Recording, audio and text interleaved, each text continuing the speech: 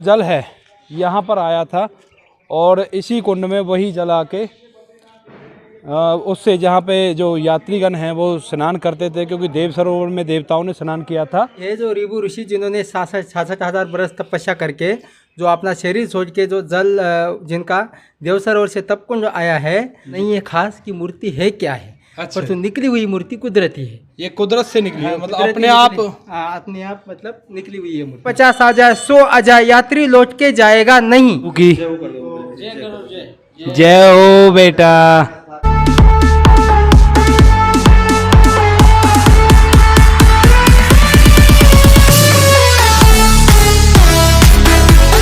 तो दोस्तों, आदि बद्री धाम जो कि आपका राजस्थान में स्थित है, और ये जो 4 धाम की यात्रा मैं आपको करा रहा था उसमें से एक धाम है जिसमें केदारनाथ धाम, बद्रीनाथ धाम, गंगोत्री, यमुनोत्री, और उसके साथ हमने आपको कई जो स्थल हैं उनके दर्शन कराए हैं।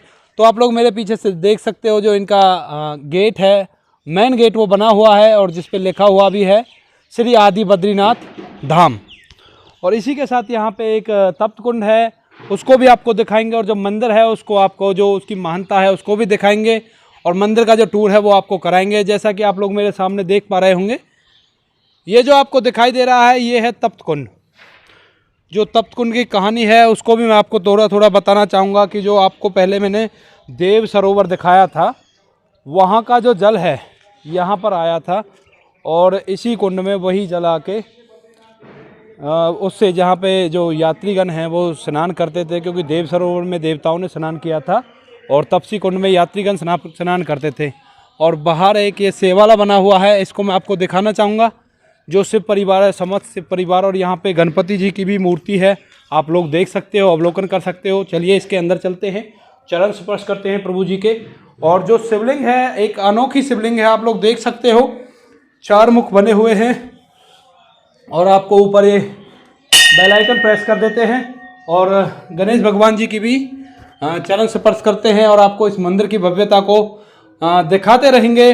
और इसी के साथ चलिए अब चलते हैं बद्री विशाल जो है बद्रीनाथ जी का धाम है उस मंदिर के अंदर। और हमारे यहाँ पे कई तरह की प्रतिमाएँ प्रतिष्ठित हैं, और जो पहले देव सरोवर वाली कहानी में जो महाराज हुए थे जिन्होंने तप किया था और उनका शरीर का जो है जल में कन्वर्ट हो गया था, उसके बारे में भी आपको बताएंगे। थोड़ा उन ऋषि जी के बारे में बताइए, मैं ही पकड़ता हूँ। ऋभु ऋषि 66,000 बरस के थे जब उन्होंने कृष्ण भगवान ने उनको वचन दिया था कि हम दर्शन देंगे जी। तो जब दर्शन देंगे दिए थे, तो जब कृष्ण भगवान आए थे ऋभु ऋषि को दर्शन दे दिए जी। तो ऋभु ऋषि को लगा कि भाई हमें भगवान के दर्शन हो गए तो दुनिया में रहकर क्या करें जी। तो उन्होंने शरीर छोड़ा, तो अपना शरीर छोड़ने के बाद उनके शरीर का जल बना, देव सरोवर से तप कुंड तक वो आया है, तो वही जल आया, इसी कारण से उनका तप कुंड नाम पड़ा है जी। तो इसी तरीके से उनकी मूर्ति भी आपको मंदिर में मिलेगी, उनकी भी आप शूटिंग कर लेना। तो चलिए सर दिखाइए उन मूर्तियों को, महात्मा जी से गुजारिश करेंगे। और ये सामने जो आदि मंदिर, जो मंदिर श्री आदि बद्रीनाथ धाम है, महंत पहले ये जो आपको प्रतिमा दिखाई दे रही होगी, ये गोपीदास महाराज जी की महंत की प्रतिमा है। एक बार कैमरामैन को कहूँगा थोड़ा जूम करके यहीं से दिखा दे, और आशीर्वाद ले लेते हैं, क्योंकि ऐसी महान मूर्तियों के दर्शन कभी नहीं होते। जय हो प्रभु जी। अब चलिए जो बद्रीनाथ धाम है उसके अंदर चलते हैं, और प्रभु जी बताते चलिए हमें, मैं अपने दर्शकों को अवलोकन कराता रहूँगा। तो जो मंदिर है उसकी भव्यता को आप लोग देख सकते हो, जैसा कि आपको सामने दिखाई दे रहा है, ये जो आदि बद्री धाम है उसका मेन गेट है। और चलिए इसके अंदर चलते हैं और जो प्रतिमाएं हैं उनके आपको दर्शन कराते हैं। ये सामने आपको प्रतिमाएं दिखाई दे रही होंगी, इनके दर्शन कीजिए सबसे पहले तो, क्योंकि बहुत रेयर चीज़ है। और जो बद्रीनाथ धाम है उसका जो आवाहन है यहाँ पे भगवान श्री कृष्ण जी ने स्वयं ही किया था। और इसके बाद चलिए आपको जो यहाँ पे और प्रतिमाएं हैं और जिस ऋषि जी की बात हो रही थी उनकी प्रतिमा के पास आपको लेके चलते हैं। तो प्रभु जी ये जो प्रतिमा है इसके बारे में बताइए। प्रतिमा वही है जो ऋभु ऋषि जिन्होंने 66,000 बरस तपस्या करके जो अपना शरीर छोड़ के जो जल जिनका देव सरोवर से तप कुंड आया है जी, जो वही ऋषि है। तो हम इनका भी आशीर्वाद लेते हैं, क्योंकि इन्हीं का जो जल है वो देव सरोवर में जो शरीर का जल बन के देव सरोवर भरा था उससे, और उसमें देवताओं ने स्नान किया था। क्योंकि जो मैंने आपको पहली वीडियो में दिखाया था। और इसके बाद ये माता रानी हैं, इनके भी मत्था टेकते हैं। और दोस्तों चलिए अब आगे चलते हैं, मंदिर की जो भव्यता है उसका आपको अवलोकन कराते हैं। और यहाँ पे लगा हुआ है, बताइए सर इसके बाद। ये जो मूर्तियाँ हैं जो ये कुदरती मूर्तियाँ निकली है। अच्छा, जिनको मतलब अभी इस मूर्ति का मतलब इतना पता नहीं है खास कि मूर्ति है क्या है। अच्छा। पर तो निकली हुई मूर्ति कुदरती है, ये कुदरत से निकली है, मतलब कुदरती अपने आप। अपने आप मतलब निकली हुई है मूर्ति। जी प्रभु। इसी कारण से इस मूर्ति के बारे में नहीं बता सकते खास कि गारंटी के साथ ये हनुमान जी है कि देवी है इसके बारे में, पर ये कुदरती मूर्ति है, दिव्य मूर्ति है। अच्छा, धरती से निकली हुई है। हाँ, धरती से जी। निकली हुई। तो इसके बाद आशीर्वाद लेते हैं और देखने में पवन पुत्र जी की मूर्ति लग रही है। और इसके बाद जो मंदिर है पवन पुत्र जी का, और इससे पहले मैं आपको राम दरबार दिखाना चाहूँगा जिसके दर्शन आपसे रह गए थे। तो ये हमारे राम लक्ष्मण और सीता मैया हैं। हम लोग आशीर्वाद लेते हैं और इसी के साथ चलते हैं, अब आगे आपको अवलोकन कराते हैं।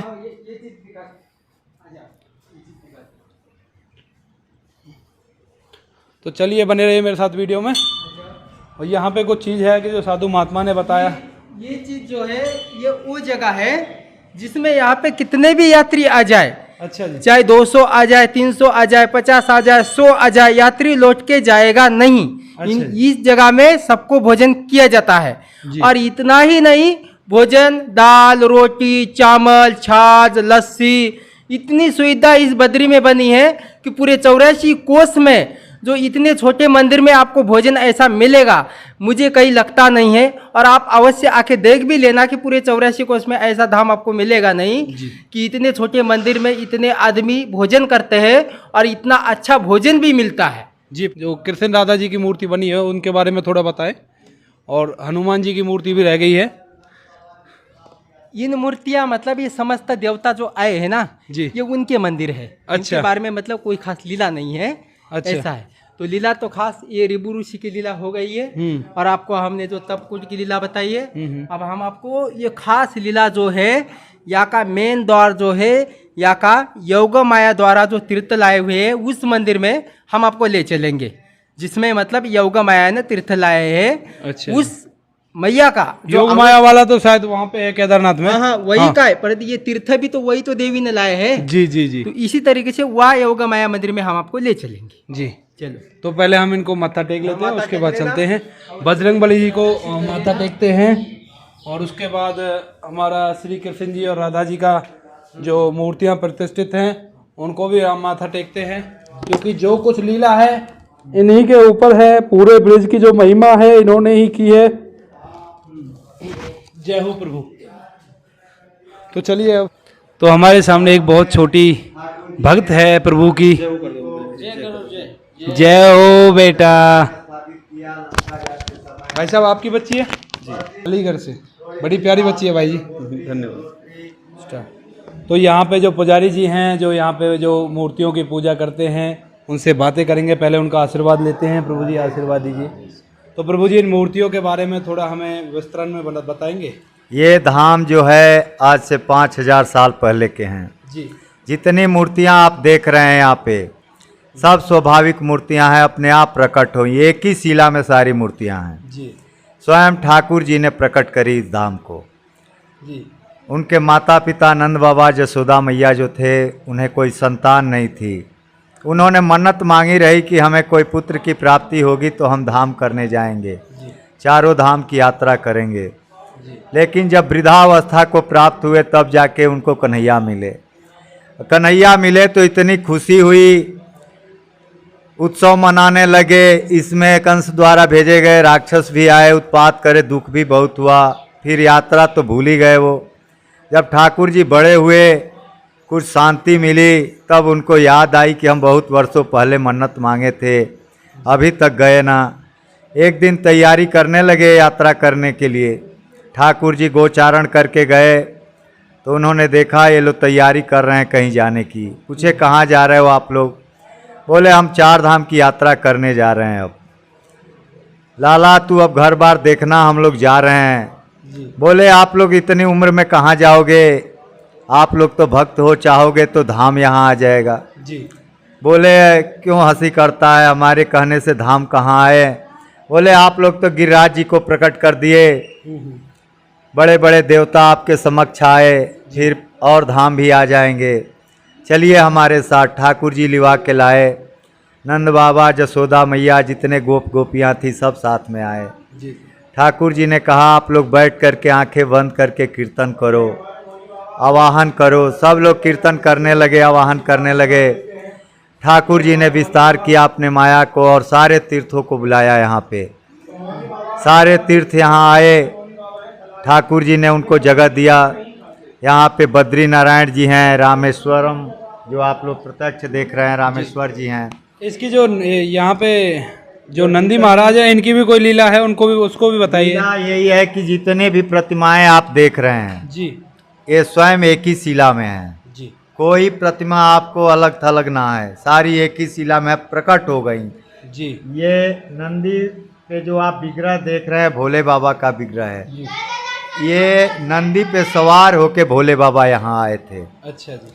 तो ठाकुर जी ने यहाँ सबको जगह दिया।